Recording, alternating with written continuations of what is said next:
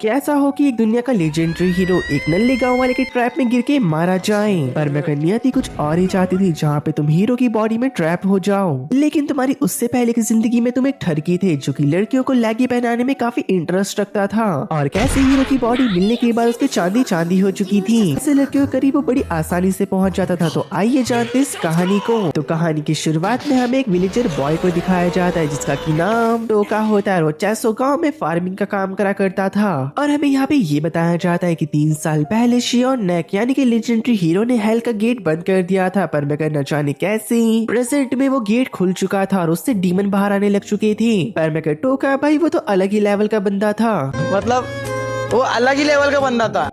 वो इतना ठरकी होता है जहाँ पे वो मूली को लड़कियों की स्टॉक जींस पहना रहा था और कहता है अरे यार ये तो बड़ी मस्त लग रही है, और वो अपनी ऐसी हरकतें कर ही रहा था। पर मैं तभी उसके पीछे से उसकी बचपन की दोस्त आती हुई कहती कि कब तक तुम ऐसी हरकतें करती रहोगी, क्या तुम्हें शर्म नहीं आती कि तुम ऐसे मूली को एक स्टॉक जींस पहना रहे हो लड़की की। और इस लड़की का नाम यूना होता है जो की अपने लेजेंडरी हीरो शियोन को वन साइडेड लव करती है, और जो हमारा टोका होता है वो यूना को पसंद करता है, दरअसल उसकी थाइस को।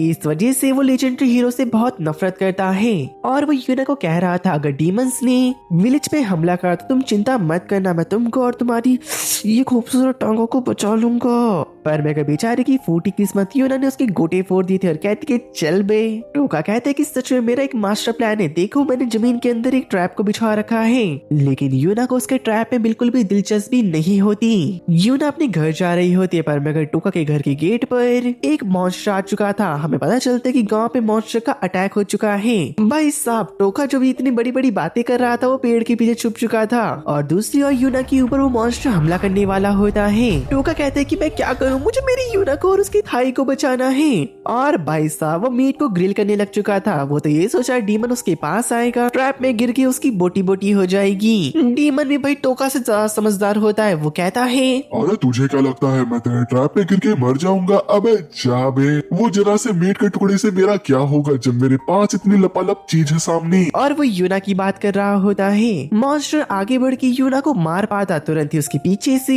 हमारा लेजेंडरी हीरो आके इस मॉन्स्टर को मार देता है। और बस भाई आते साथ होना क्या था, हीरो भी ठरकी निकलता है। वो हमारी यूना से परवट बातें करने लग चुका था। अरे तुम जैसे सुंदर लड़की का बाहर घूमना बहुत खतरनाक हो सकता है, चलो मैं तुम्हें घर लेके चलता हूँ, वहाँ पर तुम सेफ रहोगी, वो भी मेरे साथ। यूना भी तैयार हो चुकी थी, पर मगर तभी हीरो को चिकन की खुशबू आ रही होती है और वो हमारी लड़की की तरफ बढ़ रहा था। कहता है अरे मेरे भाई मुझे बहुत भूख लगी थी, क्या तुम थोड़ा सा मीट मेरे साथ शेयर करोगी। और बस भाई होना क्या था, शक्ल और बॉडी से हीरो दिमाग से गधा एक गड्ढे में गिर के मारा गया। टोका का जो गड्ढा था वो फेल नहीं जाता, उसने तो डीमंस को मारने के लिए गड्ढा बनाया था, पर मगर डीमंस लेरी इसमें गिर के मर गया। ये देख के विलेजर चिल्ला रहे थे अरे इसने हीरो को मार दिया, कोई इसको पकड़ो, इसे जाने मत देना। अरे इसने हमारे हीरो को मारा, इसे पकड़ो।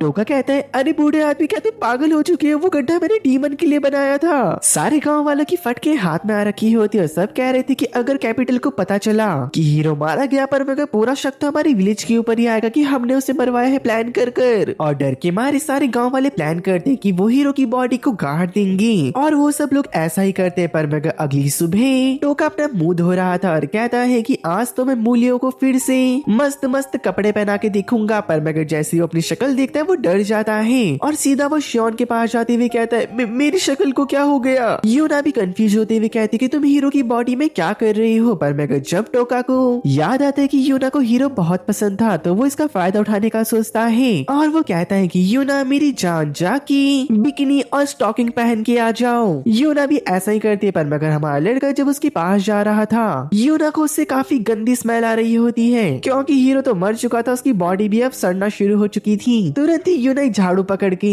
टोका को पेलना शुरू कर दी थी। टोका कहता है अरे रुक जा मुझे दर्द हो रहा है। पर मैं कहते ही पीछे से आवाज आती है शायद वो मेरी नेक्रोमेंसी की वजह से हुआ। टोका और यूना भागते हुए जाते हैं जहाँ पे एक लड़की एंड्री टोका के गड्ढे में गिरने वाली थी, तो वो उसे बचाते हैं। और अब एंड्री उन्हें सब कुछ बता रही होती है। जब मैं शियोन से मिली मैंने उसे प्रॉमिस करा था कि उसके मर जाने के बाद मैं उसकी बॉडी किसी और को दे दूंगी जो कि उसकी विल को आगे बढ़ाएगा और वर्ल्ड को सेव करेगा।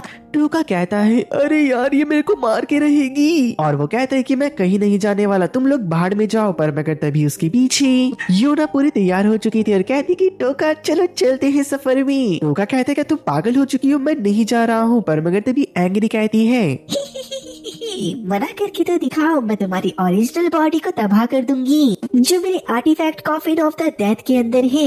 बेचारा टोका ना चाहते हुए भी हाँ कर देता है। अब वो लोग बैलेंट टाउन में आ चुके थे। दरअसल वो यहाँ पे सामान लेने आए होते हैं जिससे कि उनका आगे का सफर आसान हो सके, लेकिन टोका यूना को इम्प्रेस करने के चक्कर में एक वॉन खरीद लेता है जिससे कि वो लोग कर्जे में आ चुके थे और अब उनके पास सिर्फ एक रात को बिताने के पैसे होते हैं, जहाँ पर हमारा टोका हीरो का स्टेटस यूज करके फ्री में खाना खा लेता है। पर मगर जो उसने हरकत करी थी वो यूना और एंड्री को पसंद नहीं आती, तो वो दोनों डिसाइड करते हैं वो लोग एडवेंचर गिल्ड को ज्वाइन करेंगे और वहाँ से क्वेस्ट को एक्सेप्ट कर कर पैसे कमाएंगे। लेकिन उनकी बातों को काट के जो टोका होता है वो दो लड़कियों के पास जाता है और उनसे पूछता है तुम मेरे साथ ना होगी, और वो लड़कियां भी हाँ कर देती हैं भाई। लेकिन इसके लिए उन्हें उसके बॉस को हराना होगा और टोका बिना सोचे समझे फाइट करना शुरू कर देता है। एक ही अटैक के अंदर टोका की तलवार मुड़ चुकी होती है और सबको पता चल जाता है कि टोका एक नकली हीरो है। दूसरी ओर जो यूना और एंड्री होते हैं वो भी गिल्ड के अंदर थे और उनको एक डेविल को मारने के लिए काफी अच्छा पे मिल रहा होता है और उसको वो एक्सेप्ट कर लेते हैं। पर मगर तभी वहाँ पर हीरो का एक्स कैंपेनियन लॉर्ड काइल आ जाता है जो कि सीधा यूना को दबोच लेता है और कहता है कि किस कलर की पहने हो? बता दो ना। मैं नहीं बताऊंगा। वो सीधा यूना से पूछता है कि हीरो की असली आइडेंटिटी के बारे में मुझे बताओ। एंड्री होती उसे सच बताती कि हीरो मारा जा चुका है। उसी शाम को भी दिखाया जाता है कि विलेजर्स ने टोका को पकड़ लिया था और उसको बस मारने ही वाले थे। पर मगर तभी वहाँ पे काइल आ जाता है जिसने कि टोका को बचा लिया होता है, उसे रियल सीक्रेट स्वॉर्ड भी देता है, लेकिन उसे यूज करते हुए टोका फिर से नल्लीगिरी कर देता है, जहाँ पर पूरे विलेज वाले उसके ऊपर फिर से गुस्सा हो चुके थे और वो कहते कि ये नकली है, इसे मार दो। लेकिन यूना तभी वहाँ पे आते हुए कहती कि वो असली है और स्मार्टली सबको कन्विंस करती है कि जो हीरो है वो सारे डेविल को अकेले मार के अपनी काबिलियत को साबित करेगा। अब हमें गिल्ड के अंदर के सीन को दिखाया जाता है जहाँ पे हमारा लड़का एंड्री के ऊपर गुस्सा होते हुए कहता है आखिरकार जो मेरी बॉडी है वो रिजनरेट क्यों नहीं हो रही है, धीरे धीरे करके सड़ रही है। इवन जो ये सीक्रेट स्वॉर्ड है ये भी मेरे से कंट्रोल नहीं हो रही है। जहाँ पर एंड्री चेक करने के लिए उसे एक स्टोन पकड़ाती है और कहती कि इसे पकड़ो और मुझे तुम्हारा माना लेवल पता चल जाएगा। जब टोका उसे होल्ड करता है तो वो बिल्कुल ही कम चल रहा था, यानी कि टोका के अंदर माना लेवल की बहुत कमी है, एक बच्चे की तरह उसका माना होता है। और दरअसल जो हीरो था उसके अंदर काफी ज्यादा माना था और उसकी स्वॉर्ड उसके माना को सोख कर काफी ताकतवर बन जाती थी। अगर ऐसा ही चलता रहा जल्दी तुम स्केलेटन बन के पूरी तरीके से सड़ जाओगी। ये सुनने के बाद काइल कह रहा होता है कि अब वक्त आ चुका है कि जो दूसरा हीरो है अब वो मैं बन जाता हूँ। एंड्री बताती है दरअसल मैंने टोका को इसलिए चुना क्योंकि उसने गलती से सियोन को मार दिया था और गैम्बल की तरह मुझे टोका को चुनना पड़ा। काइल कह रहा होता है कि टोका चलो मैं तुम्हें मार देता हूँ, लेकिन टोका को लग रहा था कि उसे मारना इतना आसान नहीं होने वाला। काइल कहते हैं किसने कहा कि तुम मर नहीं सकते, अगर मैं तुम्हारा सर काट दिया तो तुम आराम से मर जाओगी। और मगर जब वो देखता है कि एंड्री काफी गुस्सा हो चुकी है और उसकी धमकी को वो सीरियसली ले चुकी है तो काइल कहता है कि अरे मैं तो मजाक कर रहा था, तुम्हारी जगह अब मैं फाइट करूंगा और तुम्हारे बदले के पैसे भी मैं कमाऊंगा। ये सुनने के बाद रात को काइल मस्त अपने बिस्तर में पड़ा होता है और कहता है कि अरे यार कितना अच्छा हो गया, अब मैं पूरी जिंदगी आराम करूंगा और ऐशो आराम की जिंदगी जीऊंगा। और लेकिन वो एकदम से गुस्सा होते हुए कहता है कि एंड्री ने उस टाइम कुछ नहीं करा जब काइल ने मुझे मारने की धमकी दी, क्या वो काइल के साथ मिली है और वो मुझे मारना चाहती है। अब वो यूना और काइल के कमरे में जाता है धीरे धीरे करते हुए ताकि वो अपनी बॉडी को वापस हासिल कर सके। और जैसे ही वो डेथ ऑफ कॉफिन को लेने वाला होता है पर मगर उसकी नजरें यूना के ऊपर पड़ जाती है और बस भाई होना क्या था, अपना मकसद भूल के वो अपनी ठरकपन को अच्छे से अंजाम देता है। जहाँ पे उसने यूना को स्टॉकिंग पहना के अपने कमरे में वापस जा रहा था, लेकिन तभी उसे किसी की आने की आवाज आती है और ये कोई और नहीं काइल होता है जो कि उस कॉफिन को अपने चाकू से तोड़ने की कोशिश करता है। पर मगर नेक्रोमेंसी मैजिक तभी एक्टिवेट हो जाता है और काइल काफी दूर जाके गिरा था। आवाज सुनने के बाद यूना और एंड्री जाग चुके थे पर मगर तब तक वहाँ से काइल भाग चुका होता है। लेकिन यूना को गलत फहमी हो जाती कि यहाँ और उसने ये सब कुछ करा। और जैसे काइल अपने रूम में आता है यूना भी रूम वॉशरूम में आके उसकी हालत बुरी कर देती है। और अगले दिन हमें दिखाया जाता है कि उस बेचारी की काफी ज्यादा बुरी हालत हो रखी थी। वो कहता है आया तुमने मुझे मारा, कम से कम मुझे दवाई तो लगा देती। और अब वो सब लोग निकल चुके थे डीमन को हंट करने के लिए, जहाँ पे काइल पूछ रहा था कि टोका आखिर तुम्हारे मुंह पे इतनी चोट कैसे लग रखी है। टोका बताते पता नहीं कल रात कौन कमीना एंडी के कॉफिन को चुराने की कोशिश कर रहा था और उनका शक मेरे ऊपर आ गया, लेकिन उसने ये मुंह फेर के बात करी होती क्योंकि उसे पता था कि वो काइल ही है। काइल कहते कि अरे कोई बात नहीं, मैं तुम्हारी मदद करूंगा चोर को पकड़ने में। टोका समझ चुका था कि ये उसे अकेले में दबोच के मार देगा। टोका तुरंत ही एंड्री के पास जाता है डर के मारे और कहता है कि अरे कोई बात नहीं, ये मुझे कंपनी दे देगी। अब वो लोग उस जगह पे पहुंच चुके थे जो कि डीमन का घर होता है, जहाँ पे एक आदमी जो कि स्पैर को काफी अच्छे से यूज करता है वो कहता है मैं चाहता हूँ कि हम लोग सब अलग अलग हो जाएं, जिससे जल्दी से हम डेविल को ढूंढ के मार सकते हैं। तभी टोका कह रहा होता है कि अकेले जाना काफी ज्यादा मुश्किल भरा हो सकता है, क्या पता किसी की जान न चली जाए। काइल टोका को बताता है कि दरअसल जो बेल है वो अकेले 3 साल पहले 300 से ज्यादा डेविल को मार के वापस आया था। और अभी हम बेल को देखते हैं जिसकी ऊपर एक स्पेशल डेविल होता है जिसने कि उसे जमीन में धसा रखा था और बाकी एडवेंचर्स के ऊपर हमला करके वहाँ से गायब हो जाता है। लेकिन गायब होने से पहले उसने काफी सारे एडवेंचर्स को मार दिया था और बाकी छोटे मोटे एडवेंचर ये देख के डर के वहाँ से भागने लग जाते हैं। पर मगर उनके साथ अपना नल्ला छिछोरा हीरो टोका भी वहाँ से भागने लग जाता है डर के मारे। और वो कहता है कि जब तक जिंदगी है तब तक मैं अपनी मूलियों में स्टॉकिंग्स को पहना के उनके मजे लूंगा, मैं यहाँ पे अपनी जान नहीं गंवाना चाहता। जैसे ही वो आगे भाग रहा था पर मगर डेविल ने उसे पकड़ के उसके दिल में छेद कर दिया होता है। टोका को मारने के बाद वो दूसरे ह्यूमन पे हमला कर पाता उससे पहले काइल अपनी स्वॉर्ड को समन करके उस डेविल के टुकड़े टुकड़े कर देता है और वो उस डीमन के अंदर से उसका माना कोर बाहर निकाल कर यूना को देते हुए कहता है कि इससे तुम अपनी प्रोटेक्शन कर सकते हो। ये सुनने के बाद टोका अपना दिमाग चलाते हुए कहता है कि मैं तुम्हें पहले ही कहा था डेविल हमारे ऊपर हमला करने वाले हैं, तो इसका मतलब जो माना क्रिस्टल है वो मेरा हुआ ना। ऐसा कहने के बाद हमें थोड़ी देर बाद दिखाया जाता है बेचारे की धुलाई हो रखी थी। लेकिन तभी एक जंगल के अंदर से काफी सारे डेविल का ग्रुप बाहर निकलता है। टोका तुरंत ही फोर्ट के अंदर भागते हुए कहते हैं कि दोस्तों इधर आ जाओ, पर मगर उनकी बुरी किस्मत फोर्ट के अंदर भी एक डेविल का ग्रुप उनका वेट कर रहा था जिन्होंने की काफी सारे ह्यूमन को यहाँ पे खा के फेंका होता है। टोका रोते हुए कहता है मुझे पता था कि बचपन से जो बड़ी लकड़ी है उसे लेना मेरा शौक था, लेकिन आज मैं ऐसे यहाँ पे मरने वाला हूँ। लेकिन तुरंत ही एंड्री सामने आते एक स्पेल का यूज करके उसने स्केलेटन की आर्मी बना दी थी और वो डेविल के ऊपर हमला कर रहे होते हैं। और काइल भी लड़ने के लिए आगे बढ़ता है क्योंकि काफी देर तक एंड्री भी उन्हें कंट्रोल नहीं कर सकती क्योंकि उसका माना जल्दी खत्म हो जाएगा। ये सुन के यूना भी हिम्मत करती है और वो कहती कि मैं भी तुम्हारी मदद करने आ रही हूँ। लेकिन हमारा नल्ला टोका यहाँ से भागने की सोच रहा होता है, कहते हैं कि अपनी मूलियों में स्टॉकिंग्स पहनाना,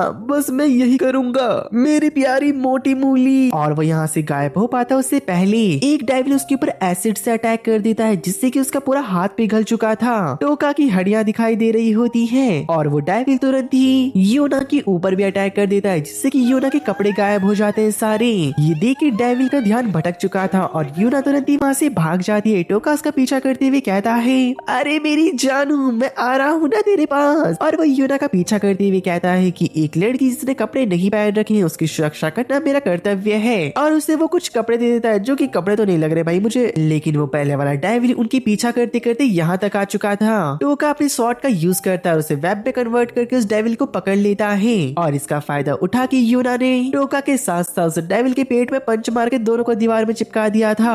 और जो हमारी यूना होती काफी खुश हो रही थी पर मगर तभी वो बेहोश रहती है। दरअसल उसे काइल ने बेहोश करा था और वो टोका को मारने आया होता है और वो बता रहा था कि दरअसल मैं हीरो बनने वाला था, बस मुझे वो स्वॉर्ड को बाहर निकालना था, लेकिन वो मेरे से बाहर नहीं निकली। पर मगर तब तक वहाँ पे शियोन आ गया जिसने कि सिंगल हैंडली उस स्वॉर्ड को बाहर निकाल दिया और तब से मुझे उसको फॉलो करना पड़ा। मैं हीरो नहीं बन पाया पर मगर अब मैं तुम्हें मार कर हीरो बन जाऊंगा और किसी को पता नहीं चलेगा कि मैंने तुम्हें मारा है। और वो आगे उसे मार पाता पर मगर तब तक यूना वापस से होश में आके उसके फेस में एक जोरदार लात मार देती है और वहाँ पे हमारी एंड्री भी आ चुकी थी अपने पेट डेविल के साथ और एसिड अटैक से काइल के ऊपर हमला कर दी थी जिसकी कपड़े गायब हो चुकी थी। काइल कहता है कि मैं यहाँ पे नहीं रुकने वाला और कुछ शूरिकेन अटैक उनके ऊपर कर पाता उससे पहले वो लोग वहाँ से भागने में कामयाब रहते हैं और हमारा लड़का अपनी स्वॉर्ड का यूज करके तीनों को छुपाने में कामयाब रहता है। जहाँ पे एंड्री अब उन्हें बताती अपने बारे में, दरअसल मैं एक नेक्रोमेंसर हूँ और नेक्रोमेंसर वो होते हैं जो कि हेल में पैदा होते हैं, पर मगर मीको शियोन ने नॉर्मल लड़की की तरह ट्रीट करा जैसे कि मैं एक इंसान हूँ। जहाँ पे टोका उसे कन्फर्म करते हुए कहता है कि तुम बहुत अच्छी होगा, कोई कुछ कहता है तुम तुम उनकी बातों पे ध्यान मत दो। एंड्री कह रही होती कि अगर तुम्हें अभी मेरे ऊपर यकीन नहीं है तो तुम मुझे जान से मार सकती हो। टोका कहता है कि तुम चिंता मत करो, मैं बाकियों की तरह नहीं हूँ, मैं तुम्हें नहीं मारूंगा। और उसके बाद उन तीनों के बीच में थोड़ी देर बातें चलती है, जहाँ पे वो एक प्लान को बनाकर वो लोग एक पुल पे खड़े होते हैं। केविल ने टोका को पकड़ लिया था, जहाँ पे टोका कहता है कि अब और खेल नहीं, और वो अपनी स्वॉर्ड केविल की तरफ फेंकते हुए कहता है कि तुम इसे रख सकते हो। केविल उस तलवार को उठाता है, जहाँ पर वो देखता है कि ये तो नकली स्वॉर्ड होती है। दरअसल असली स्वॉर्ड से हमारे लड़के ने उस पुल को बना रखा था, और अपनी स्वॉर्ड को उठा के केविल को वो पानी में गिर देता है, जिससे कि उसकी मौत हो जाती है। और इसके बाद वो वापस से गिल्ड में आते हैं और मैजिकल स्टोन को कलेक्ट कर काफी सारे पैसे लेके यहाँ पे जो एंड्री होती है वो नए स्टॉकिंग्स को पहन के कहती कि तुम्हें कैसे लग रहे हैं। टोका कहता है कि मुझे माफ करना, पर मगर मुझे मोटी थाई वाली लड़कियां पसंद है। और यहाँ पे वो सिग्मा बनने की कोशिश कर रहा था, पर मगर को पूरा हक देता है।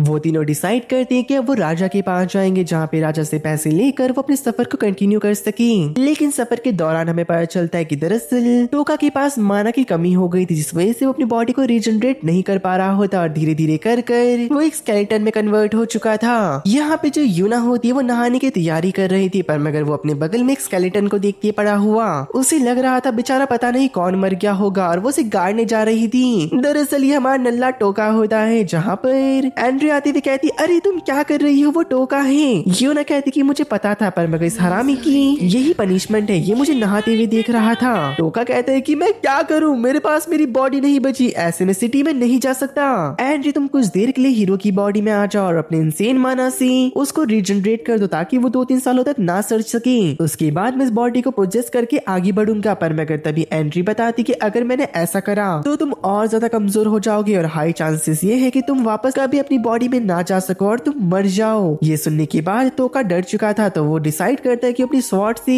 एक फेस मास्क बनाएगा, उसे पहन के शहर में जाएगा, और उसका ये आइडिया काम कर जाता है। कैपिटल में पहुंच जाने के बाद टोका को देख के सारे लोग काफी खुश हो रहे थे कि उनका हीरो वापस आ चुका है। टोका सीधा राजा के पास जाते हुए कहता है कि माय लॉर्ड, मैंने काफी लंबा सफर कर दिया है, तो मुझे कुछ फंड चाहिए। राजा कहता है फंड ले ले मेरा।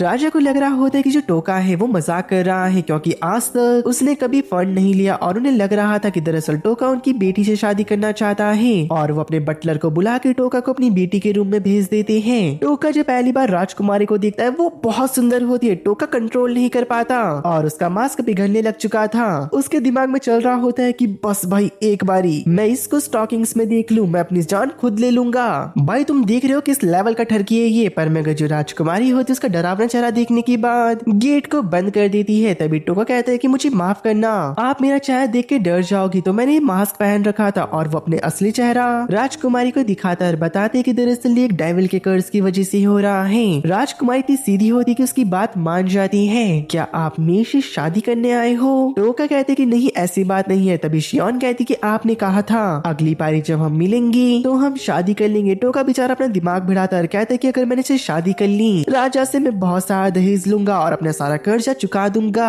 राजकुमारी बताती कि अब से 2 दिन बाद यहाँ पे एक मास्क फेस्टिवल होने वाला है, क्या तुम मेरे साथ चलोगी? टोका हाँ कर देता है। पहली बार उसे एक लड़की ने डेट के लिए कहा था, भाई क्यों नहीं करता ये फिर हाँ। राजकुमारी कह रही होती तुम चिंता मत करो, मैं एक मास्क को तुम्हारे लिए रेडी करवाऊंगी जिससे कि तुम्हें कोई दिक्कत नहीं होगी। दूसरी ओर जो हमारी यूना और हमारी एंड्री होती है, जहाँ पे एंड्री ने कवच पहन रखा होता है ताकि कोई उसके नेक्रोमेंसी होने का पता ना लगा सके। पर मगर तभी एक एडवेंचर से टकरा जाता है, जहाँ पे हमारी लड़की का मास्क उड़ चुका था और वो एक क्रीपी से स्माइल करते हुए कहता है अरे अरे अरे क्या तुम ठीक हो? दरअसल मैं एक ऑर्फनेज का लीडर हूँ, मैं लड़कियों को प्रोटेक्ट करता हूँ। दरअसल जल्दी एक डेविल हंट होने वाला है फेस्टिवल के अंदर, तुम बच के रहना। अगर तुम चाहती हो तुम प्रोटेक्ट रहो तो तुम मेरे ऑर्फनेज चल सकती हो। चाय पीते वक्त वो एंट्री को कह रहा था कि तुम एक नेक्रोमेंसर हो तो तुम्हें छुपना होगा। जो हमारी एंट्री होती है वो लेलैंड का इतना अच्छा स्वभाव देखने की बात उन्हें पता नहीं वाली होती कि वो यहाँ पे क्यों आए हैं। लेकिन यूना उसका मुंह बंद करती हुई कहती दरअसल हम यहाँ पर माना को इंक्रीज करने की दवा ढूंढ रहे हैं। लेलैंड कहता है कि वो मेरे पास ही है, पर मगर मैं तुम्हें ये दे दूंगा, लेकिन इसके लिए एंट्री मैं तुम्हारी बॉडी को स्टडी करना चाहता हूँ। यूना कहती है कि कैसा रहेगा कि आप मेरी बॉडी स्टडी कर लो। और भाई लिटरली ये अपनी टी शर्ट उतार देती है, जहाँ पे लीलैंड कह रहा होता है कि मिस मुझे माफ करना, दरअसल मैं एक नेक्रोमेंसर की बॉडी में इंटरेस्टेड हूँ, ना कि ह्यूमन की। और बस भाई होना क्या था, बेचारे की बहुत गंदी बेइज्जती हो जाती है। लीलैंड बताता है कि मेरे को छोटी लड़कियों के छोटे पसंद है, ना कि बड़ी लड़कियों के बड़ी। और वो ये भी बताते कि अगर तुम्हें पैसे कमाने हैं तो डेविल हंट वाले इवेंट पे तुम हिस्सा ले सकते हो, जहाँ पे तुम्हें डेविल को मार के काफी अच्छा पैसा मिलेगा। दूसरी ओर हमें दिखाया जाता है जहाँ पे हमारी मार्गरीटा ने टोका के लिए ह्यूमन मास्क बना दिया था, जो एक्चुअल में ह्यूमन भी लग रहा होता है। पहले कहा वो लप्पू सा मास्क पहन के घूम रहा था, लेकिन इस प्रोसेस में उसका काफी माना खत्म हो चुका था, जिस वजह से वो बेहोश हो जाती है।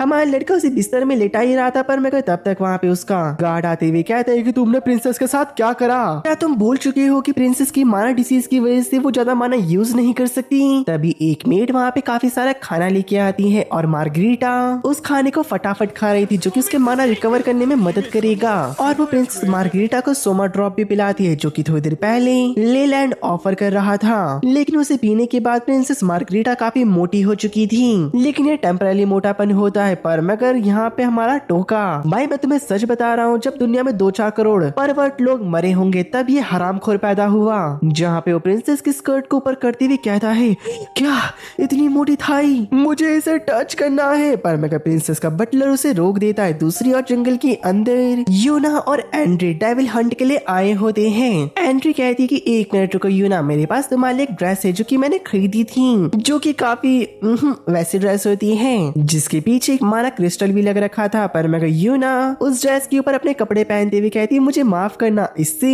एंड्री के अरमानों में पानी फिर चुका था। दूसरी ओर हमें one of the 4 strongest knight leader Sylvia को दिखाया जाता है, जिसने कि एक बड़ी सी मॉन्स्टर को एक ही अटैक में खत्म कर दिया था। दूसरी ओर जो 2 एडवेंचर्स होते हैं वो हमारी लड़कियों को एक सीक्रेट जगह पे लेके जाते हैं, जहाँ पे काफी सारे डेविल होते हैं। जहाँ पे उनमें से एक एडवेंचर लड़का हमारी एंड्री को एक लाइटनिंग मैजिक कोर देता है, जहाँ पे हमारी लड़की उसे यूज करके सारे के सारे डेविल को खत्म कर देती है और उसके माना कोर को कलेक्ट करने जा रहे थे। पर मगर तभी उनके पीछे 2 डेविल आके उन्हें पकड़ लेते हैं। हमें पता चलता है कि दरअसल ये एक आदमी का काम होता है, जिसने की मास्क पहन रखा था। दूसरी ओर जो शिरोइला होती है वो किंग के पास आते हुए कहती कि उसे जंगल की अंदर सारे डेविल को मार दिया है। पर मगर वहाँ पर एक प्रॉब्लम थी, जहाँ पे मैं नोटिस करा कि काफी ताकतवर स्पेल का यूज हो रखा है। वहाँ पे डेविल की बॉडी और उसका ब्लड भी पड़ा था, पर मगर ये काम किसने करा इसका मुझे नहीं पता। ये सुन के राजा फेस्टिवल को कैंसिल करने की सोच रहे होते और कहते कि मुझे लगता है कहीं फेस्टिवल में डेविल्स का अटैक ना हो जाए। शिरोइला मना कर रही होती है ऐसे करने से। वो कहती कि मैं और बाकी 3 ही वॉरियर्स और हमारे साथ हमारा हीरो भी तो है, हम सबको प्रोटेक्ट कर लेंगी। जहाँ पे प्रिंसेस टोका को उसका रूम दिखाती है और प्रिंसेस अपने डॉक्टर के पास अपना चेकअप कराने जा रही थी। पर मगर तभी हमारी लड़की को उसका मिशन याद आता है और वो अपनी स्वॉर्ड को स्ट्रेच कर महल से छलांग लगा देता है। एंड्री और यूना के बारे में वो हर किसी से पता कर रहा था। पता करते करते वो लेलैंड के ऑर्फनेज भी आ चुका था। दरअसल प्रिंसेस का डॉक्टर कोई और नहीं लेलैंड होता है, जहाँ पे लेलैंड बता रहा था कि जिस 2 लड़कियों को तुम ढूंढ रहे हो दरअसल वो जंगल के अंदर डेविल हंट करने गई थी। हमारा लड़का ज्यादा नहीं सोचता और कहते कि मैं जिंदा हूँ, इसका मतलब एंड्री और यूना जिंदा होगी, और प्रिंसेस के साथ वापस से महल में लौटने लग जाता है। दूसरी ओर जो लेलैंड होता है वो एक सीक्रेट दरवाजे के थ्रू बेसमेंट की ओर बढ़ रहा था और उसके हाथ में वही आदमी का मास्क होता है। और बेसमेंट के अंदर हमें यूना को दिखाया जाता है, जिसको कि चेन से बांध रखा था। लेलैंड बताता है कि मेरा प्लान है मैं सारे ह्यूमंस को स्केलेटन में बदल दूं, खासकर लड़कियों को। जैसे कि हमारे टोका को लड़कियों की थाइस पसंद है, इस लेलैंड को लड़कियों की हड्डियां पसंद है। साले एक से एक परवर्ट भर रखे हैं, पता नहीं किसी को क्या पसंद है किसी को क्या। लेलैंड बता रहा होता है कि मैं चाहता हूँ डेविल और ह्यूमन साथ में रहें, और जब मैं तुम्हारी बॉडी को सेक्रीफाइस करूंगा शायद मैं उन्हें मना लूं। अगर वो नहीं माने तो मैं फिर कोशिश करूंगा, और जो ये सारा ब्लेम होगा मैं किसी और के ऊपर नहीं एंड्री के ऊपर डालूंगा। वैसे ही वो एक डिमोनिक चाइल्ड है तो उसके ऊपर लोग वैसे ही गुस्सा करेंगी। यूना कह रही होती है जो बकना है बकने दो। वैसे ही मैंने अपना इनहेंसमेंट सूट पहन रखा है, जैसे ही यहाँ से जाएगा मैं अपनी चैन तोड़ दूंगी। पर मगर मुझे देखना होगा आखिरकार ये रेड मास्क वाला डेविल कितना ताकतवर है। 2 दिन बीत चुके थे, मास्क फेस्टिवल स्टार्ट हो जाता है। प्रिंसेस और टोका एकदम मस्त घूम रहे होते हैं, पर मगर आइजैक भी उनके साथ घूम रहा था। जहाँ पे वो प्रिंसेस से कहता है कि मुझे माफ करना, मुझे पता है आपको ये बात बुरी लगेगी, पर मगर मुझे हीरो पहले वाला हीरो नहीं लगता। और ये सुनने के बाद तुरंत ही प्रिंसेस ने उसकी मुंह पे थप्पड़ मार दिया होता है और टोका के साथ आगे बढ़ जाती है। पर मगर पीछे से आइजैक देखते हुए कहता है जो भी बात हो, पर मगर 3 साल पहले वाला हीरो अब हीरो वो नहीं रहा। और प्रिंसेस आप तैयार रहना, ये बात को मैं आपको प्रूफ करके दिखाऊंगा।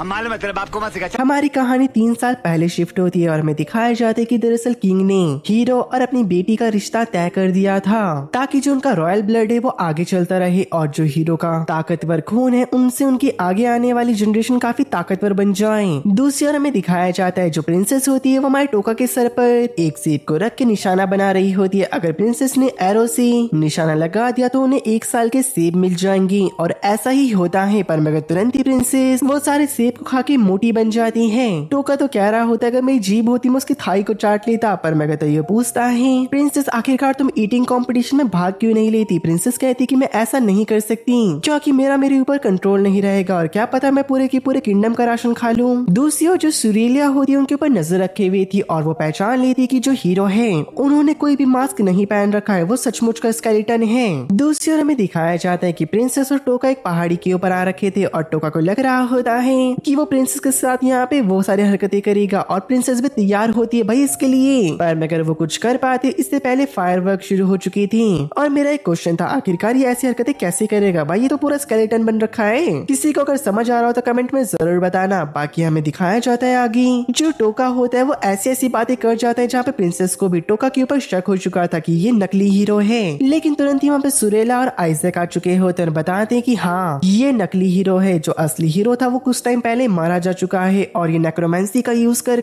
हीरो की बॉडी के अंदर है। दूसरी ओर हमें लेलैंड को दिखाया जाता है जिसने की ताकतवर डेविल को एक्टिवेट कर दिया था पूरी की पूरी सिटी को खत्म करने के लिए। यहाँ पे हमारा टोका उन दोनों को बता रहा होता है कि जो तुम्हारा हीरो था वो मेरे ग्रिल चिकन को खाने के लिए गया और एक गड्ढे में गिर के मारा गया। उन्हें उसकी बातों पे यकीन नहीं हो रहा होता, काफी कोशिश करने के बाद वो उसकी बातों पे यकीन कर पा रही थी। जहाँ पे वो लोग डिसाइड करते हैं कि टोका को मार दिया जाएगा हीरो के कातिल के तौर पर। टोका कहता है बेकार है भैया, मैं तो टूट गया मैं तो। अब अगर तुम लोग मुझे मार दोगे तो आखिरकार हेल गेट को कौन सील करेगा। सिरोइला कह रही होती है गेट को सील ही नहीं करना पड़ेगा, जॉम्साई डीमन को मार देंगे और साथ साथ तुमको भी। अब तुमको कोई भी नहीं बचा सकता। दूसरी ओर जो प्रिंसेस होती है वो विलेज के अंदर भाग रही होती है, कहती कि भरी जवानी में मैं कुंवारी हो गई, मेरा लवर मारा गया, क्या फायदा ऐसी खूबसूरती का, अब मैं क्या करूं। पर मगर तभी लेलैंड उसके सामने आती हुई कहता है कि आखिरकार प्रिंसेस तुम इतनी चिंता में क्यों लग रही हो। दूसरी ओर जो सुरेला होती है उसके पास उसका नाइट आते ही बताता है दरअसल सिटी में डेविल का हमला हो चुका है। जी सुन के तुरंत ही हमारा लड़का भागते हुए जाता है, कहता है कि मुझे प्रिंसेस को सेव करना होगा। दूसरी ओर जो लेलैंड होता है प्रिंसेस को एक स्लम एरिया में लेके आता है और अपने लोगों को बुला देता है और प्रिंसेस को पकड़ते हुए कहता है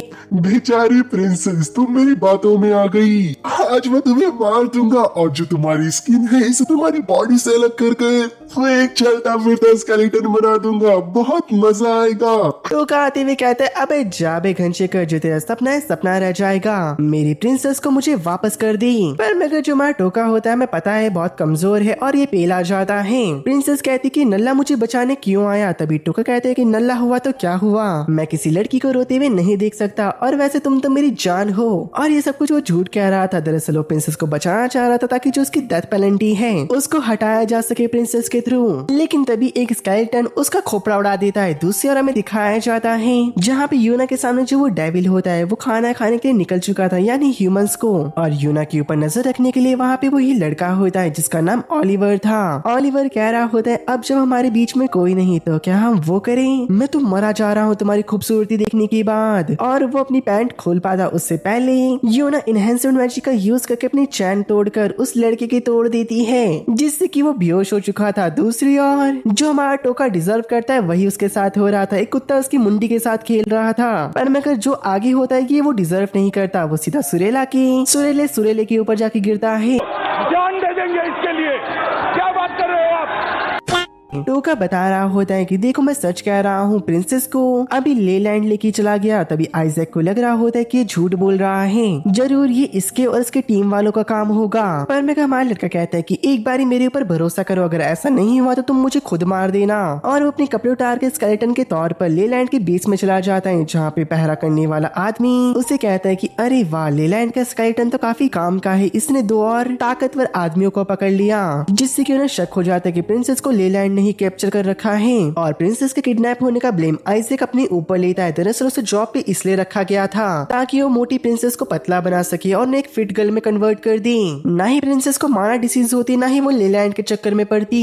आज जो मेरी वीडियो देख रहा है अगर वो बैक बेंचर है तो वो समझ पाएगा टोका भी क्या करता है। टोका उसकी मजे लेते हुए कह रहा होता है, हाँ इसमें तेरी ही गलती है, तेरी गलती की सजा क्या होनी चाहिए, क्या मैं तेरे पप्पू को अपनी स्वॉर्ड से काट दूं? हाँ ये बेस्ट रहेगा। लेकिन तभी पीछे की दीवार टूटती है और जो हमारी यूना थी वो डेविल को मारते मारते बाहर लेके आई थी और उसके चपेटे में हमारा लड़का भी आ चुका था। और अंदर जाने के बाद ऑलिवर से पूछ रही होती कि मुझे बता आखिरकार जो एंड्री है वो कहाँ पर है, और वो उसकी लोकेशन उन्हें दे देता है। दूसरी ओर में एंड्री को दिखाया जाता है जिसने रो रो के पूरा फर्श गीला कर दिया था। लेलैंड प्रिंसेस को बता रहा होता है कि सबको मैं स्केलेटन में बदल दूंगा। दरअसल मेरे पास एक एक्सरे करने का क्रिस्टल है और जब मैंने इसे पहना तो मैंने देखा भेदभाव इंसान की चमड़ी को लेके होता है, कोई गोरा है तो कोई काला, कोई सांवला, पर मेरे अंदर से सब लोग एक जैसे हैं, खाली स्केलेटन। उनके अंदर कुछ भेदभाव नहीं है, वो एकदम सेम दिखाई देते हैं। और मेरी प्यारी जान, मैं तुमसे बहुत प्यार करता हूँ, तुम्हें आज स्केलेटन बनाने के बाद मैं तुरंत शादी कर लूंगा। इधर टोका का प्लान ये होता है अगर उन्होंने लेलैंड को डिस्ट्रैक्ट कर दिया, जो एंड्रेस है वो सारे स्केलेटन का कंट्रोल लेलैंड से छीन लेगी। यहाँ पे जो प्रिंसेस होती है वो लेलैंड से शादी करने से मना कर देती। इसको देख के उसे काफी गुस्सा आ चुका था तो प्रिंसेस के कपड़े फाड़ना शुरू कर देता है। पर मगर तब तक टोका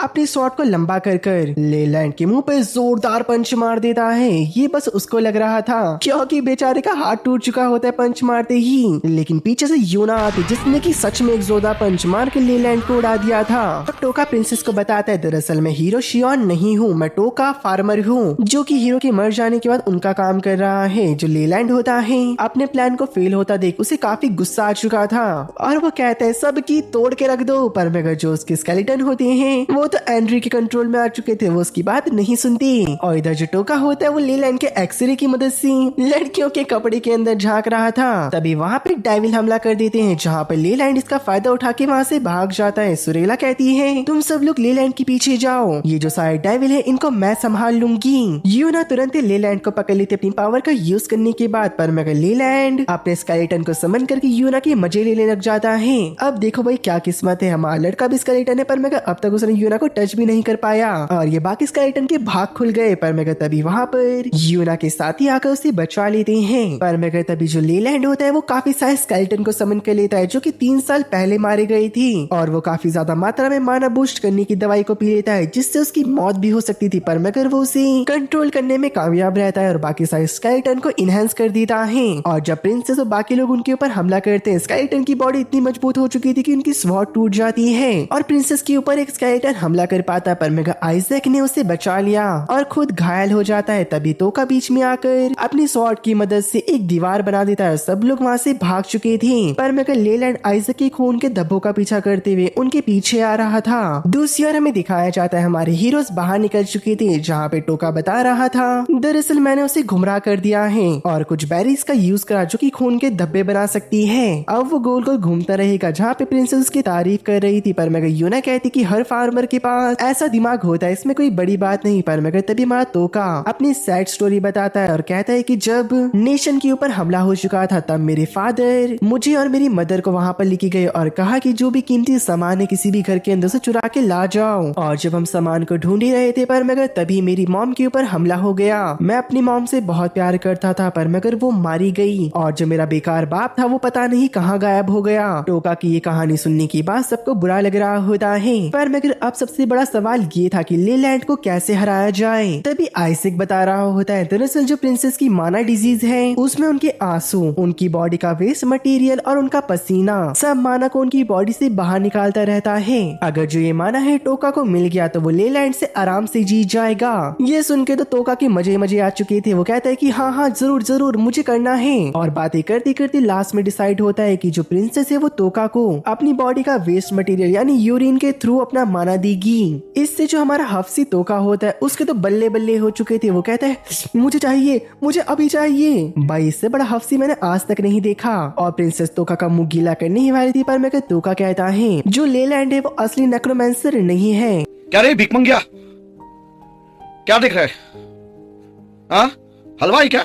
और टोका ये प्रिडिक्ट कर रहा था और बताते हैं कि जब वो डॉक्टर इस बात के बारे में समझ लेगा तब वो खुद आने के बजाय अपने स्केलेटन्स को इंस्पेक्ट करने के लिए भेजेगा। और होता भी ऐसा ही है। कुछ देर बाद काफी सारे स्केलेटन ढूंढने के लिए आ रखे थे और वो सब लोग टोका की स्वॉर्ड का यूज करके एक पत्थर के शेप के अंदर छुप रखे थे, जहाँ पे वो कह रही होती कि उसने अपने 5 मिनटों को स्केलेटन को छोड़ा होगा। एंड्री बता रही होती कि एक नॉर्मल इंसान के लिए इतने सारे स्केलेटन को कंट्रोल करना बहुत मुश्किल होता है। दूसरी ओर जो लीलैंड होता है उसे समझ आ चुका था कि अब तक वो नकली खून का पीछा कर रहा था और गुस्से में कहते हैं कि उन्हें ढूंढ के मेरे पास लेके आओ। जब लीलैंड के स्केलेटन सब जा रहे होते हैं टोका भी उनकी भीड़ में घुस चुका था। लीलैंड को पता नहीं चला होता और टोका लीलैंड के पास आते हुए उसको हक कर लेता है पीछे से और एक स्वॉर्ड निकाल के उसका काम खत्म करने जा रहा था, पर मगर वो स्वॉर्ड लीलैंड की बॉडी के अंदर नहीं जाती क्योंकि उसने एक मेटल की शीट पहन रखी थी, क्योंकि उसे पता था कि टोका ऐसा ही कुछ करेगा। वो अपने सारे अनडेड को इशारा करता है कि टोका को मार दो, पर मगर वो मूव कर पाती उससे पहले यूना और जो एंड्री होते हैं उन्होंने सारे के सारे स्केलेटन को खत्म कर दिया था। लीलैंड कह रहा होता कि कोई भी बात नहीं, मैं फिर से उन सभी को वापस रिक्रिएट कर दूंगा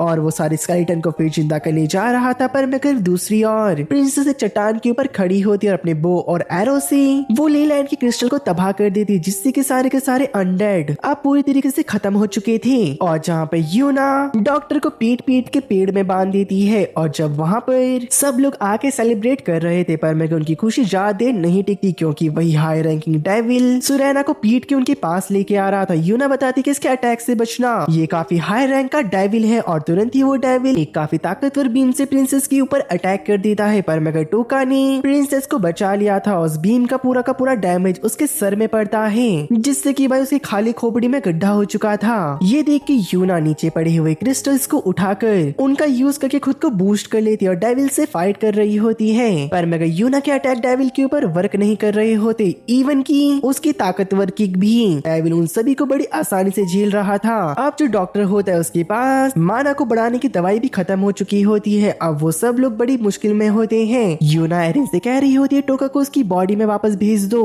एरिन बता रही होती है कि अगर मैंने ऐसा करा तो टोका मारा जाएगा क्योंकि उसकी बॉडी में बिल्कुल जान नहीं है, लेकिन तब तक वो डेविल उनके पास पहुंच चुका था, जिसने कि एरिन को पेड़ में पटक के बेहोश कर दिया होता है और वो प्रिंसेस को भी खत्म करने जा रहा था। आइजन बीच में आ जाता है, डेविल के ऊपर अपनी स्वॉर्ड से अटैक करके उसे दूर करते हुए कहता है कि प्रिंसेस यहाँ से भाग जाओ, आपकी जान को बहुत खतरा है। टोका को भी अपने साथ लेके जाना, अगर हो सके तो उसे अपना पानी पिलाकर माना सप्लाई कर देना जिससे कि वो बच सके और हमारी मदद करे। ये सुन के प्रिंसेस टोका को लेके भाग चुकी थी। यूना भी तभी डेविल के ऊपर अटैक करती है और उसकी एक आंख को फोड़ देती है। दूसरी ओर जो प्रिंसेस होती है वो ट्राई कर रही थी काफी अपना पानी निकालने का, तुम समझ रहे होंगे पानी किसे कह रहा हूँ, पर मगर वो काफी नर्वस होती है, वो ऐसा नहीं कर पा रही होती। तभी हमारा नल्ला टोका कहते कि प्रिंसेस प्लीज मेरी लास्ट विश ये है कि आप स्टॉकिंग्स में मेरे सामने आ जाओ। भाई ये मांगने के लिए क्या कुछ नहीं मांग सकता था, पर मगर इस ठरकी की ठरक तो देखो भाई, इस स्टॉकिंग्स में प्रिंसेस को देखना है।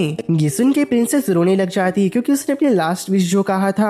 प्रिंसेस कहती है मुझे नहीं पता, पर मगर मैं तुम्हें पसंद करने लग गई थी, चाहे तुम एक नल्ले ही क्यों ना हो, चाहे तुम्हें लड़ना ही क्यों ना आता हो, पर मगर मैं तुम्हें सच में पसंद करती हूँ। ऐसा कहती हुई प्रिंसेस काफी रो रही थी और जो उनके आंसू होते हैं जैसे कि मैं पता है उसमें माना होता है और वो सारा माना हमारे लड़की के ऊपर गिर रहा था, जिससे कि वो काफी ज्यादा बूस्ट और ताकतवर हो चुका होता है और सीधा डेविल के पास जाते हुए कहता है और भाई क्या हाल है तेरे।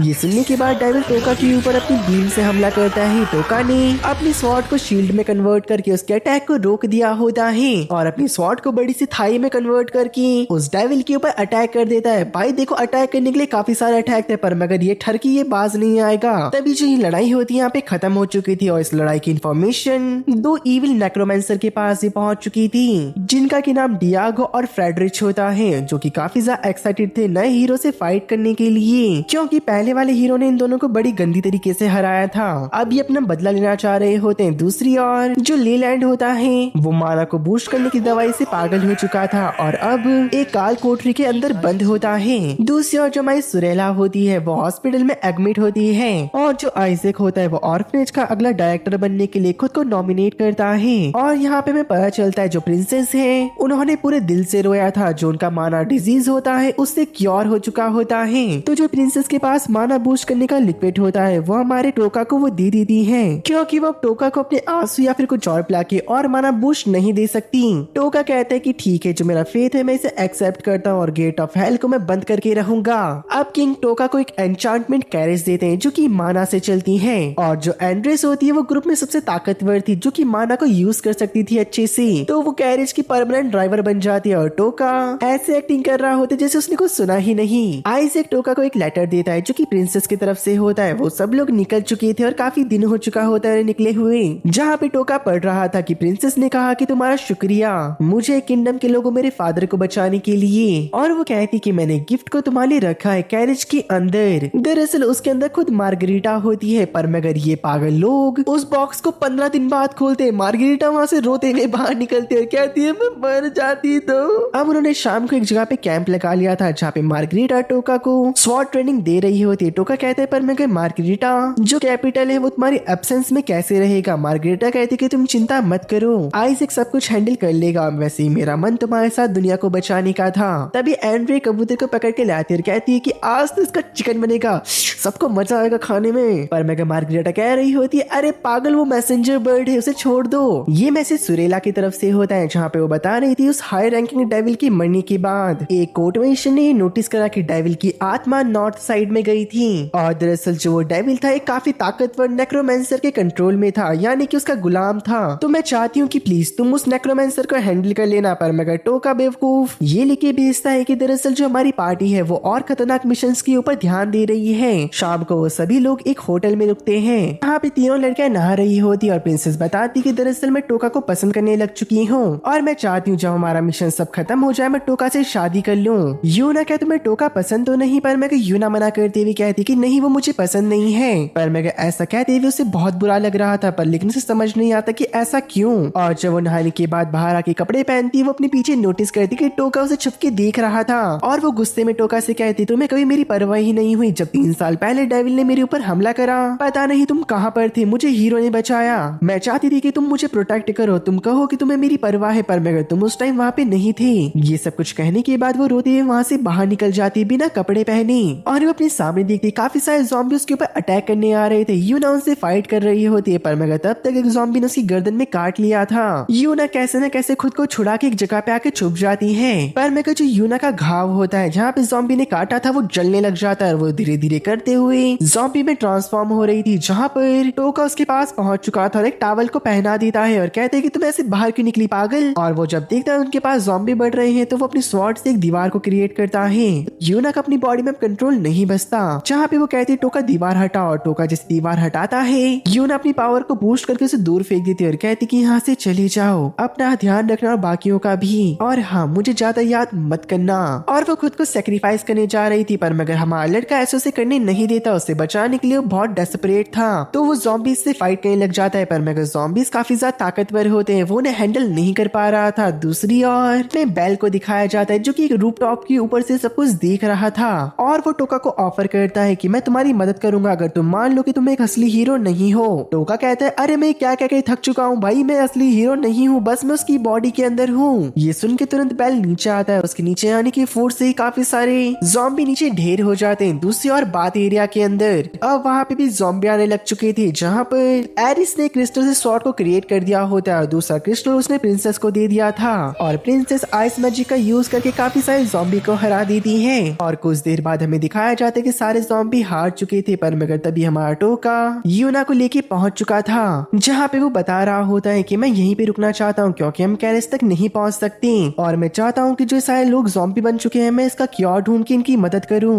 बेल भी गेट में खड़ा होते हुए कहता है कि अगर तुम ये चाहते हो तो तुम्हें कर्नल के महल से शुरुआत करनी चाहिए, वहाँ पे काफी सारे लोग सर्वाइवर बच रखे हैं। और जैसे हमारा लड़का दीवार को चढ़ के दूसरी ओर कूदता है, काफी सारे सर्वाइवर उसके पास भागते हुए आते हैं और कहते हैं हीरो हीरो आ गया, अब हम बच जाएंगे। पर मगर वहाँ पे लेलैंड के साथी भी होते हैं जिन्होंने की इसके ऊपर पहले हमला करा था। कॉर्नर और उसका साथी अपना बदला लेने के लिए मरे जा रहे होते हैं, पर मगर जब वो यूना को देखते हैं कि उसकी गर्दन से ऊपर मार्क्स आ रहे हैं, इसका मतलब उसे ज़ॉम्बी ने बाइट कर लिया है। और ये बात वो सारे ह्यूमंस को बताते हैं, जहाँ पर अब वो कह रहा था कि हमें इस लड़की को चेक करने दिया जाए, पर मगर जब हमारा लड़का ऐसा करने से मना करता है तो उसे शक शक हो जाता है कि सच में इसको ज़ॉम्बी ने बाइट कर ली है। और जब जनता इस नतीजे में आती कि यूना को मार देना चाहिए, तब कॉर्नर उसकी तरफ बढ़ रहा होता है चाकू लेके और कहता है कि पिछली बार तुमने मुझे बहुत बेइज्जत करा था, अब मैं चाहता हूँ कि मैं तुम्हारे कपड़े फाड़ कर सबके सामने तुम्हें बेइज्जत करूँ। और वो ऐसा कर पाता उससे पहले उसके मुंह पे जोरदार पंच पड़ता है जो कि हमारे टोका ने मारा था। इस पंच से वो बेहोश हो जाता है, जहाँ पर पूरी जनता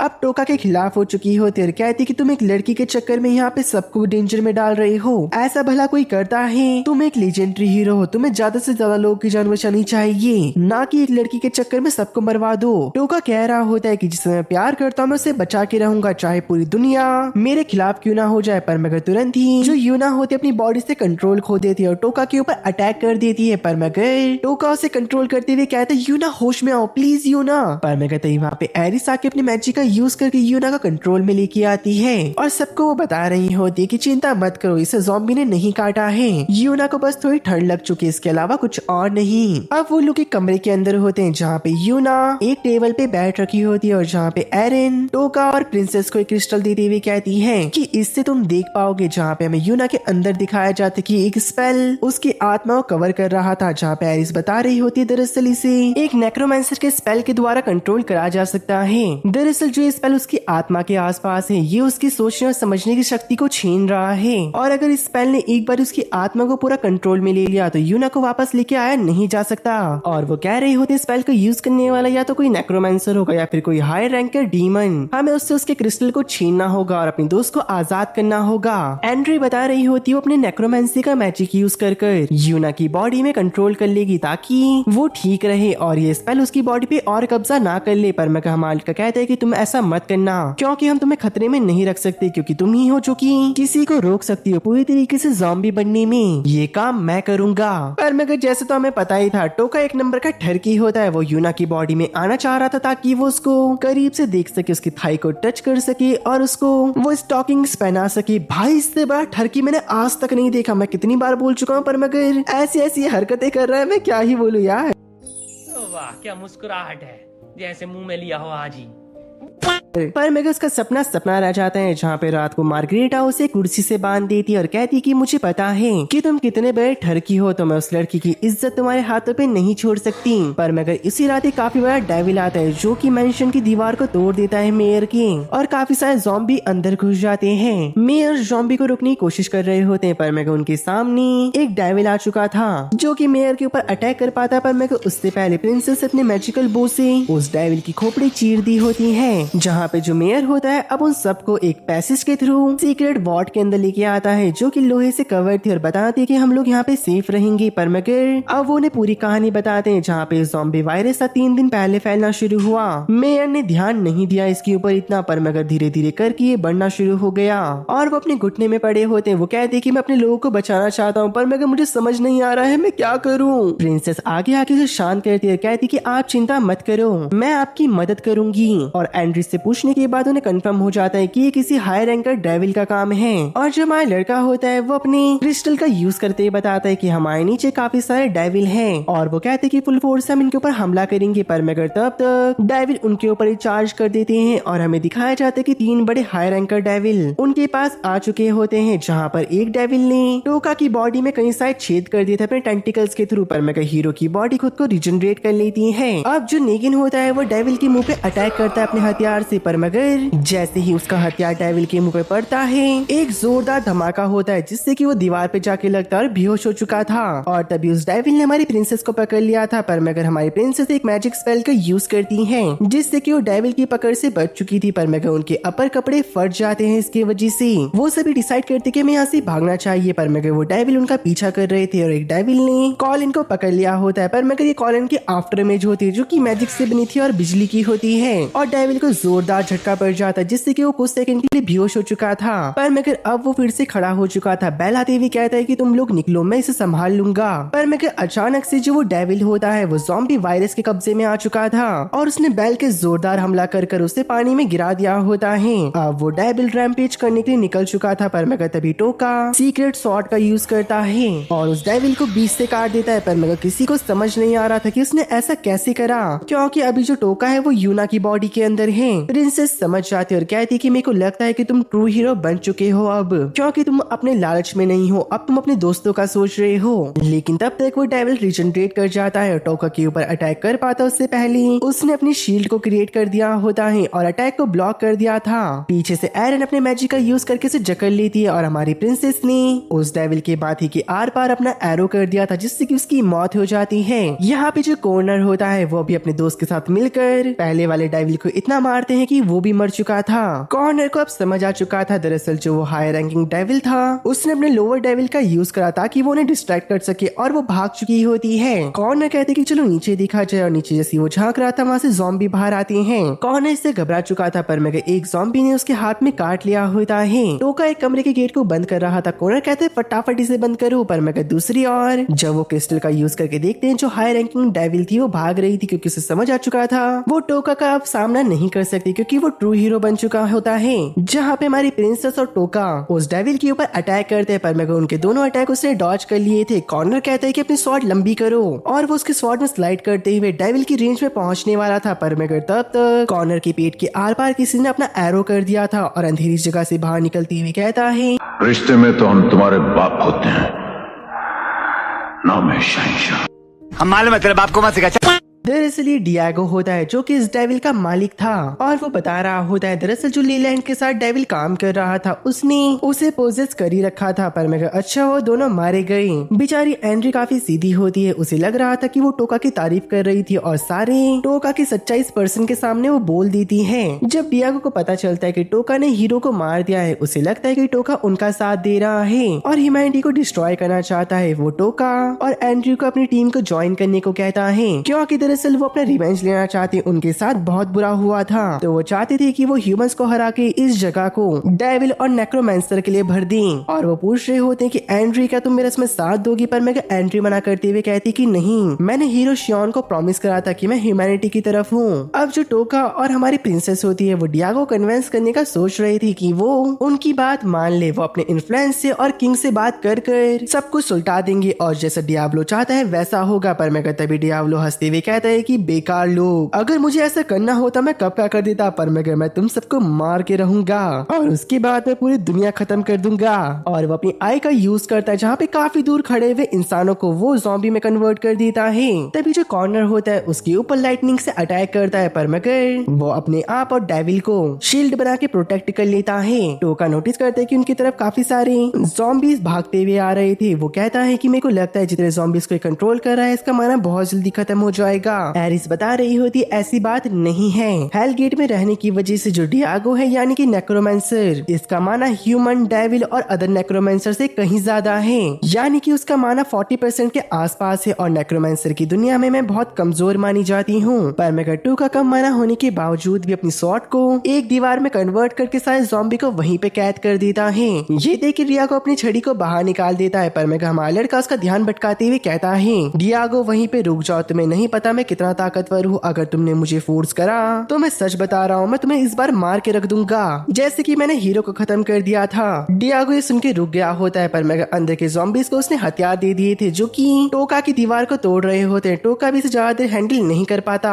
अब दीवार टूटने ही वाली थी पर मगर तभी डियागो को उनकी मारा कैनेज ने ठोक दिया होता है और उसके अंदर से मेयर बाहर निकलता है। दरअसल हमारे लड़के ने मेयर को कह दिया था कि उनकी मारा कैनेज को यहाँ तक लेके आ जाए और इसके बदले उसने प्रॉमिस करा था कि वो प्रिंसेस को बिना कपड़ों के उसे दिखाएगा। ये सुन के प्रिंसेस के ऊपर गुस्सा हो जाती है पर मगर तभी हमारा लड़का एरिन से कह रहा होता है कि अपने नेक्रोमैंसी का यूज करके जितने भी सारे ज़ॉम्बी है उसे कंट्रोल कर ले और वो बिल्कुल ऐसा ही करती है। डियागो कह रहा होता है कि जल्दी तुम्हारा माना खत्म हो जाएगा, तब तुम्हें मेरे से कौन बचाएगा। पर मगर तब तक उनका रिइंफोर्समेंट यहाँ पे पहुंच चुकी थी। दरअसल ये मिली होती है जो कि यूना की छोटी बहन है और ये एक फीमेल लेजेंडरी हीरो है, उसके साथ उसकी पूरी पार्टी भी यहाँ पे आ रखी थी और मिली और यूना के फादर फ्यूरी भी उनके साथ आ रखे होते हैं। जहाँ पर मिली अपनी लेजेंडरी स्वॉर्ड से डियागो के ऊपर हमला कर देती है पर मगर डियागो ने अपने एक्स से उसे ब्लॉक कर लिया था। पर मगर यूना के फादर फ्यूरी उन्हें रेस्ट करने नहीं देती और तुरंत ही उसके ऊपर एक ठंडा अटैक कर देते काफी ताकतवर। तभी उनकी मैजिशियन डूरो डियागो को हवा में लेकर चली जाती है मैजिक का यूज करके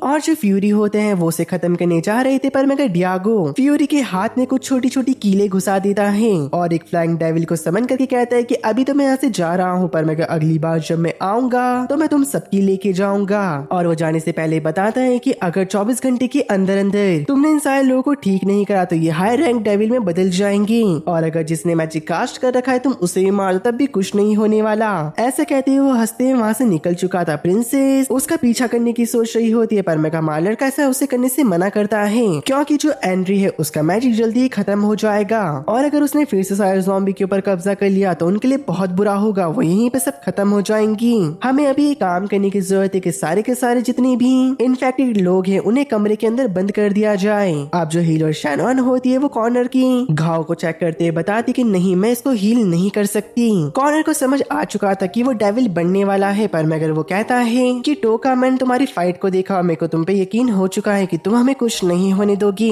और वो अपने सारे मैजिकल टूल और जितने भी आइटम होते हैं वो टोका को देते हुए कहता है कि प्लीज हम सभी को बचा लेना, मेरे को तुम्हारे ऊपर पूरा भरोसा है। और अगले दिन जो टोका और उसकी टीम होती है वो यहाँ के मेयर को किंग के पास भेजते हैं मदद लेने के लिए और बताते कि सब कुछ बता देना कि यहाँ पे क्या हुआ। टोका कसम खाता है कि अब कुछ भी करके मैं सबको बचाऊंगा। जो कॉलिन और उसका साथी होता है वो सिटी को गार्ड करने के लिए वहीं पे रुक चुके हैं जब तक कि वो डेविल ना बन जाए। टोका बताते कि सुरेला ने हमें बताया था जो कि एक एक्स्ट्रल ऑब्जेक्ट था जो कि अपने ही पाथ को फॉलो कर रहा था। टोका डिसाइड करता है कि हमें उसे फॉलो करके उसका पीछा करना चाहिए अगले टाउन तक, जिस टाउन का नाम लिवानिया होता है, जहाँ पे वो कह रहे थे कि डियागो का हाइड आउट भी वहीं पे हो सकता है। दरअसल ये जो लिवानिया होता है वॉर से पहले टोका और यूना का होम टाउन हुआ करता था, जो कि 3 साल पहले डेविल अटैक में खत्म हो गया। अब सबके सब कैरेज में निकल चुके होते हैं लिवानिया की और कैरेज के अंदर सब एक दूसरे को इंट्रोड्यूस कर रहे होते हैं खुद को, और हमें पता चलता है दरअसल फ्यूरी और रॉय नाइट में से एक था, पर मगर उसे लात मार के बाहर निकाल दिया गया बाद में। और इसका रीजन हमें बताया जाता है दरअसल जो फ्यूरी था उसे लड़कियों के संदर्भ में बहुत इंटरेस्ट था और वो हमेशा उन्हें छेड़ना चाहता था।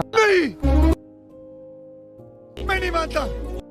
इसी बात के चलते उसे कैपिटल से बाहर निकाल दिया गया। फ्यूरी बता रहा था कि मेरी फेवरेट स्टूडेंट सुरेला थी और मैं उसे बहुत प्यार करता था, मैं उसे मिस कर रहा हूँ। अब हमें बताया जाता है जो डोरॉल थी वो शियोन की पहले पार्टी मेंबर हुआ करती थी, और ये बात टोका को बहुत ज्यादा डर लग जाती है सुनकर, क्योंकि उसे याद आता है कि काइल भी उसे मारने के लिए उसके पीछे पड़ रखा था ताकि वो हीरो बन सके। उसे डर लग रहा था कहीं डोरोथी भी उसकी तरह ना हो, पर मगर एक बात ये थी कि डोरोथी दिन भर सोती रहती तो उसे डरने की कोई जरूरत नहीं थी। पर मगर जब फ्यूरी शियोन से बात करने की कोशिश करता है यानी कि हीरो की बॉडी से, तो वो कैसे कर पाता, भाई शियोन तो कब का मर चुका है। सबको बहुत अजीब लग रहा था कि वो कुछ नहीं बोल रहा होता, तो टोका उसके बदले बोलता है शियोन ने प्रॉमिस करा है कि वो तब तक नहीं बोलेगा जब तक वो गेट ऑफ हेल को बंद ना कर दे। तभी मिली कहती कि बड़ी बहन आप टोका के साथ इतना रह चुकी हो कि आपकी आवाज तो मुझे टोका की तरह लग रही है। लेकिन मिली कहती कि बहन मैं आपको पहले ही बोल दूं टोका से दूर रहना, उसने मुझसे प्रॉमिस करा है कि वो मुझसे शादी करेगा। जब बचपन में मेरे साथ वो डुअल हार चुका था तो उसने कहा था कि वो मेरे से शादी करेगा बड़ा होकर। ये सुन के जो प्रिंसेस होती है टोका को गुस्से में देख रही होती है। टोका उसे बताता है अरे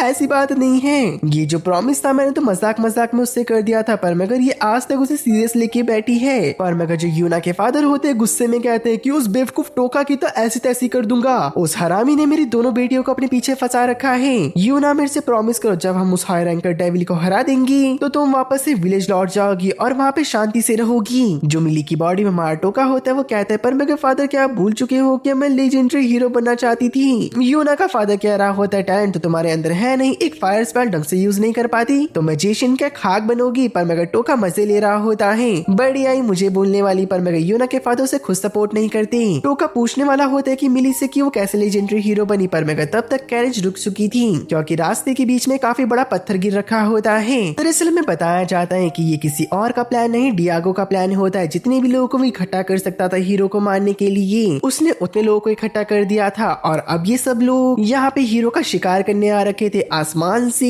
एक काफी बड़ा जायंट स्कॉर्पियो नीचे कूदता है। तुरंत ही जो एंट्री होती है वो अपनी कैरेज को बैक कर पीछे वाले रास्ते से भागने की कोशिश करती है, पर मगर वहाँ पे भी एक ट्रैप बना रखा था और वो सब लोग सीधा खाई में जाके गिरते हैं। लेकिन उन्हें ज्यादा चोट नहीं लगती क्योंकि हमारे लड़की ने अपनी कैरेज को स्वॉर्ड से सॉफ्ट कुशन में बदल दिया था। पर मगर उसकी बहन मिली ये देख के शॉक हो जाती। आखिरकार उसकी बहन एक लेजेंडरी स्वॉर्ड को कैसे कंट्रोल कर सकती है, पर मगर उसका ध्यान तब हट जाता है जब प्रिंसेस उन्हें बताती कि आसपास एक विलेज है, हम वहाँ पे जाके बच सकते हैं, या तो हम वहाँ से नई कैरेज ले लेंगे या फिर अपनी कैरेज को रिपेयर कर देंगे। पर मगर जब वो लोग बाहर जा रहे होते हैं धीरे धीरे करके दिखना बंद हो जाता है, धुंध वहाँ पे बढ़ती चली जा रही थी। पर मगर मिली अपने स्वॉर्ड का यूज करती है, एक स्विंग में उसने पूरी की पूरी कोहरे को हटा दिया था और कह रही होती है बड़े चलो दोस्तों। पर मगर तभी उसकी ऊपर एक लकड़ी के लॉक से हमला हो जाता है, लेकिन तुरंत ही उससे पहले वो नीचे गिर चुकी थी, जिसकी वजह से उसकी जान बच जाती है। मिली कहती कि कौन हरामी था जिसने किस लॉक को यहाँ पे लगाया। अब वो फिर से आगे बढ़ रहे होते हैं, धीरे धीरे करके फिर से फॉग बढ़ने लग जाती है। जो मिली होती है वो सबसे आगे चल रही थी और उसे डेविल की आवाज आती है, ओए चिकनी कहाँ जा रही है, ओए होए क्या सुंदर लग रही है। ये अपने दोस्तों को बताने आ रही होती कि यहाँ पे एक डेविल है। पर मगर उसके दोस्त ये देख के हैरान हो जाते हैं कि जिस डेविल के बारे में वो बता रही थी उसने मिली के मजे ले ले होते हैं कोहरे के बीच में। और सारी लड़कियां डर के मारे कैरेज में भाग जाते हैं, कहीं उनका हाल मिली की तरह ना हो जाए। और वो लोग कैरेज के अंदर ही बैठ रखे होते हैं, जब तक ये धुंध कम ना हो जाए तब तक वो बाहर नहीं निकलना चाह रही थी। पर मगर वो फिर से डिसाइड करते हैं बाहर निकलने का, और हमें एक नेक्रोमैंसर को दिखाया जाता है जो कि अपने डेविल के थ्रू ये सारी धुंध को फैला रही होती है। और तब तक उसने उन सभी के पीछे एक और डेविल को समन कर दिया था, और उस डेविल ने तुरंत ही अपना हाथ प्रिंसेस के पेट के आर पार कर दिया होता है। अब ये देखना बाकी है कि प्रिंसेस बची या फिर मर गई, और ये जानेंगे हम अगली वीडियो में। क्योंकि गाइस आज का पार्ट मैं यहीं पे खत्म करता हूँ। अगर वीडियो पसंद आए तो लाइक कमेंट शेयर सब्सक्राइब करना मत भूलना, और नोटिफिकेशन को ऑल पे जरूर सेलेक्ट करना। बाकी मुझे कमेंट पे ये भी बताना कि वीडियो कैसा लगा। और आप लोग को मैं बता दूं, दरअसल एक इससे पहले मैं वीडियो अपलोड करने वाला था, लेकिन उसमें बार बार अपलोड करने के बावजूद भी कई सारे कॉपीराइट आ रहे थे, तो मैंने उसे अपलोड नहीं करा। फालतू में 4-5 दिन की मेहनत बर्बाद हो गई। पर अगर आप क्या कर सकते हैं। तो गाइस यही थी आज की वीडियो, तो मैं मिलता हूँ आपसे अगली वीडियो के साथ। तब तक के लिए बाय बाय मेरे दोस्तों और सायोनारा गाइस।